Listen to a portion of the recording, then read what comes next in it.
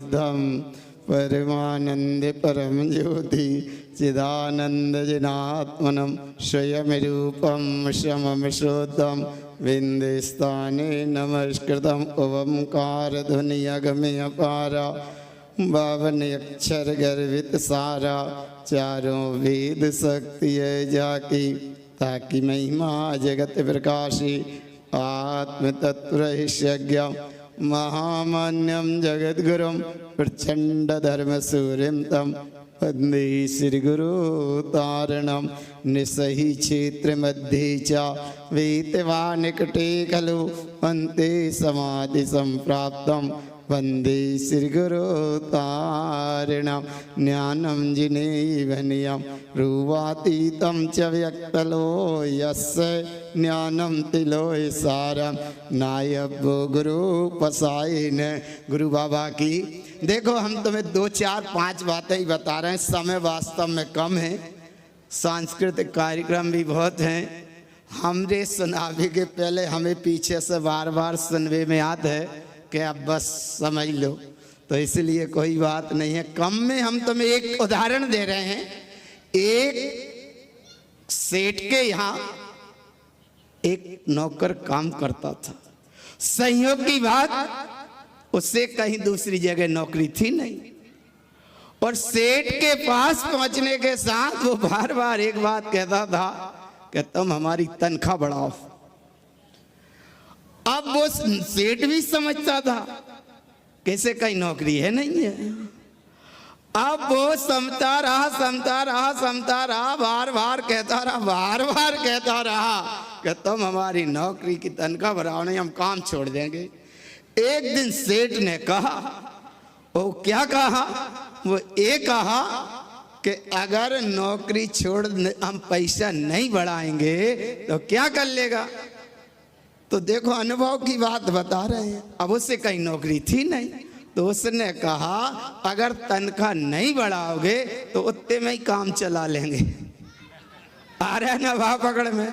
तो ऐसी यहाँ कोई तनख्वाह वाली व्यवस्था नहीं है, कोई हमें लेने देने वाली व्यवस्था नहीं। हम तुम्हें अनुभव ये बता रहे हैं कि अगर 5 मिनट का ही समय मिला हम उतने में ही काम चला लेंगे। देखो, एक अनुभव बताएं हम तुमको। जब फूलना पड़ी थी, अबे वह फूलना है सेमरखेड़ी क्षेत्र की, सेमरखेड़ी क्षेत्र पे वो फूलना पड़ी है। आज तरण जिन विनती एक सुनीजे। वहाँ में कितने उदाहरण हैं, उस फूलना में कितने उदाहरण हैं। काल पंचम है, चक्र अचक के उदाहरण हैं, और भी बहुत वज्रनारा सेनन आदि के उदाहरण, बहुत उदाहरण है। एक प्रश्न है और एक उदाहरण का उसका उत्तर है। तो ऐसा भाव फूलना का है। और जो तत्व की चर्चा का क्रम चला, उसका तुमको एक भाव बताएं कि तारण तरण देव का पंडित पूजा जी ग्रंथ का जो सूत्र है वो उच्चारण ऊर्ध्व शुद्धम नहीं है, उच्चरणम ऊर्ध्व शुद्धम है। क्योंकि उच्चारण में व्यक्त होता है, उच्चारण में कहा जाता है, और ऊर्ध्व गमन कहा नहीं जाता, बस वो होता है। तो तारण तरण का सूत्र कौन सा? उच्चारणम ऊर्ध्व शुद्धम, ऐसा नहीं, उच्चरणम ऊर्ध्व शुद्धम चा, ऐसा सूत्र है। एक सूत्र। और एक और तत्व चर्चा में बहुत अच्छी बात आई कि जहां दिट्ठा वहां पिट्ठा, जहां पिट्ठा वहां दिट्ठा, यही मोक्ष मार्ग का चिट्ठा। लेकिन दिट्ठा ही है, जहां दृष्टा वहां पिट्ठा, ऐसा नहीं। क्योंकि दृष्टा ज्ञान का विषय है, वो दिट्ठा दर्शन का विषय है। तो जहां दिट्ठा वहां पिट्ठा, और जहां पिट्ठा वहां दिट्ठा, यही मोक्ष मार्ग का चिट्ठा। ऐसी बात आई। और फिर तत्व चर्चा चली। आत्म हमारे अनुभव में आवे, कछु ना सुहावे, ऐसी अनुभव की बात। और आखिरी में सियाने महाराज ने समय सार ग्रंथ का एक सूत्र बताया। 6 नंबर की गाथा बताई। कितने नंबर की गाथा बताई थी? अच्छा, 6 नंबर की। वो गाथा का भाव क्या था? अब उसके पहले जरा 4 नंबर की गाथा देखो, और 4 नंबर की गाथा के पहले और 2 नंबर की गाथा देखो। कुंद महाराज ने केवल 2 सूत्र बताए कि पर समय है माने वो बहिरात्मा है, और जो स्वयं समय है वो अंतरात्मा है। यहाँ से शुरू हुई 2 नंबर गाथा में। 3-4 नंबर गाथा में बताया कि संसार शरीर काम भोग बंद की ये कथा इस जीव ने खूब सुनी, खूब रचा, खूब बचा, लेकिन शुद्ध अपने आत्म स्वरूप को नहीं जानता। तो ऐसा कुंद कुंद देव ने भी बताया। तारण तरण देव के अनुसार देखो पूरी त्रिवेणी का यहाँ वांछन होता है, जिसका नाम है श्रद्धा। श्रद्धा, जहाँ श्रद्धा जागृत है उसका नाम त्रिवेणी है। और ऐसे श्रद्धा को जो मजबूती दे वो श्राप का 4 ग्रंथ है, फिर श्रद्धान का विषय। ज्ञान समुच्चय सार ग्रंथ है, वो ज्ञान का विषय है। उपदेश शुद्ध सार ग्रंथ है, वो दृष्टि का विषय है। वो त्रिभंगी सार ग्रंथ है, वो पर्यायों से पार है। 24 ठाणा ग्रंथ है, वो आत्मा के अनुभव ज्ञान की साधना कैसे होती है, वो 24 ठाणा ग्रंथ है। वो जिसकी साधना होती है वो है ममल पहाड़ ग्रंथ। ममल माने ममल। आगम ग्रंथों में इतने ग्रंथ देखे, कहीं ममल शब्द नहीं है। ममल शब्द अगर है तो यहाँ ममल पहाड़ है। तो ये ममल पहाड़ का विषय है। औकात का विषय सिद्धस्वा, सुन्नस्वा, छद्मस्वाणी, नाम माला, ये ग्रंथ सब केवल मत के ग्रंथ हैं, और एक ही जिसका लक्ष्य रहता है। वैसे पूरे साधना के ग्रंथ हैं। अब लाखों शब्द हैं, 10,000 गाथाएं हैं जो पूरे 14 ग्रंथों में, 10,000 गाथाएं, और पूरे समझो लाखों शब्द हैं। और इतने से 5 मिनट में कैसे बता पाए, इसलिए अनुभव की बात अनुभव में लेना। छद्मस्त वाणी ग्रंथ भी बताना था, लेकिन भाव क्या आया कि ये भाव आया कि वो 565 सूत्र में अगर एक सूत्र अनुभव में लो, आखिरी का एक सूत्र है। गुरु महाराज की समाधि हो रही है, निसई जी मल्हारगढ़ में समाधि हुई, और अभी 22 तारीख से निसई जी माने यहाँ के बाद निसई जी का भागफुल्ला मेला है ही, यहाँ का भी मेला है।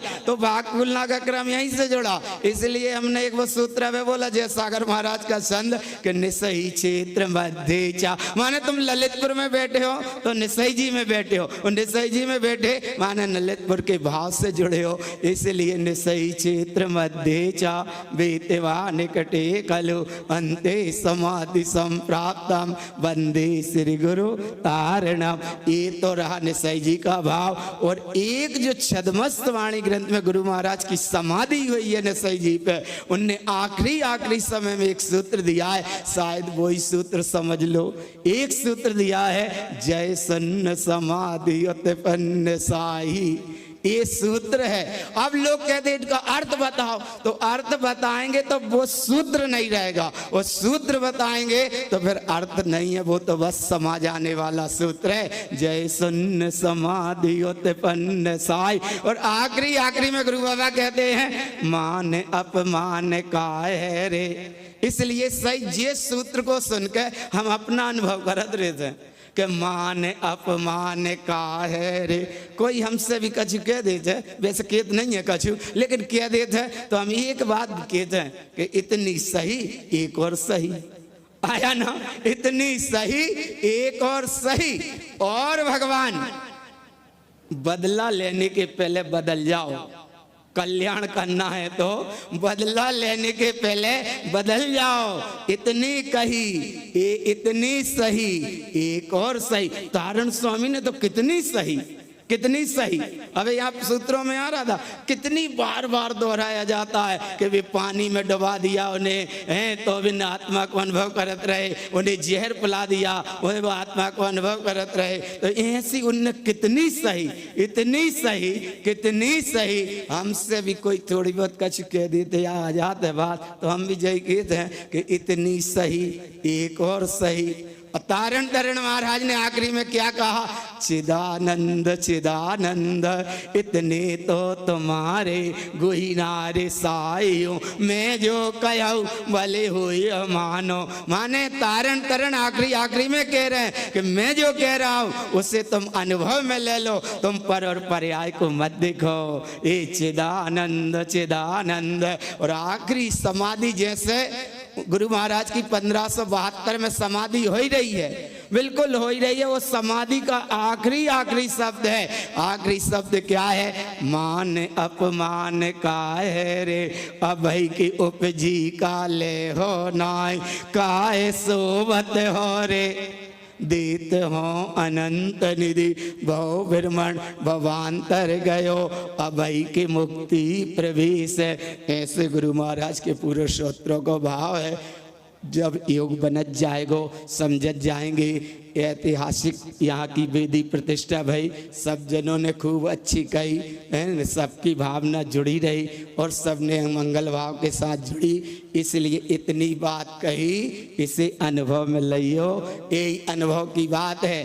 बात मोरी सुन लियो, जचे तो गुण लियो और हृदय में धर लियो। तो ये गुरु बाबा की बात है, सिद्धांत की बात है, आगम की बात है। और एक सूत्र हम समय की इसलिए बात बताते हैं कि अंतरराष्ट्रीय मंचों पे हम रहे, राष्ट्रपति तक के समय निश्चित था। उसके सामने दिया तो उसे पर्चा लिख के दिया। जब 2500 जनों को बोलना है, अगर उनको भी पर्चा दिया कि तुम्हें 12:59 से 1:05 तक बोलना, माने 6 मिनट बोलना है, 12:59 से 6 मिनट, तो वो राष्ट्रपति खुद समझदार को उसने समझ लिया कि हमें कितने देर बोलना है, 6 मिनट। अब अपने यहाँ बड़ी सरलता है, क्योंकि जिन वाणी की बात है, जिन श्रुत की बात है, आगम की बात है, अनुभव की बात है, और हमारा भी भाव रहता है कि सब जने बोलें, अच्छे से बोलें, गुरु महाराज के वैभव को निरंतर आगे बढ़ाएं, बढ़ते जाएं, निरंतर आगे पढ़ते जाएं, बढ़ते जाएं और बढ़ाते जाएं। सुबह 4:48 पे वाणी खिलना शुरू होती है, 4 बार गिरती है, 4:48 पे गिरती है 7:12 तक।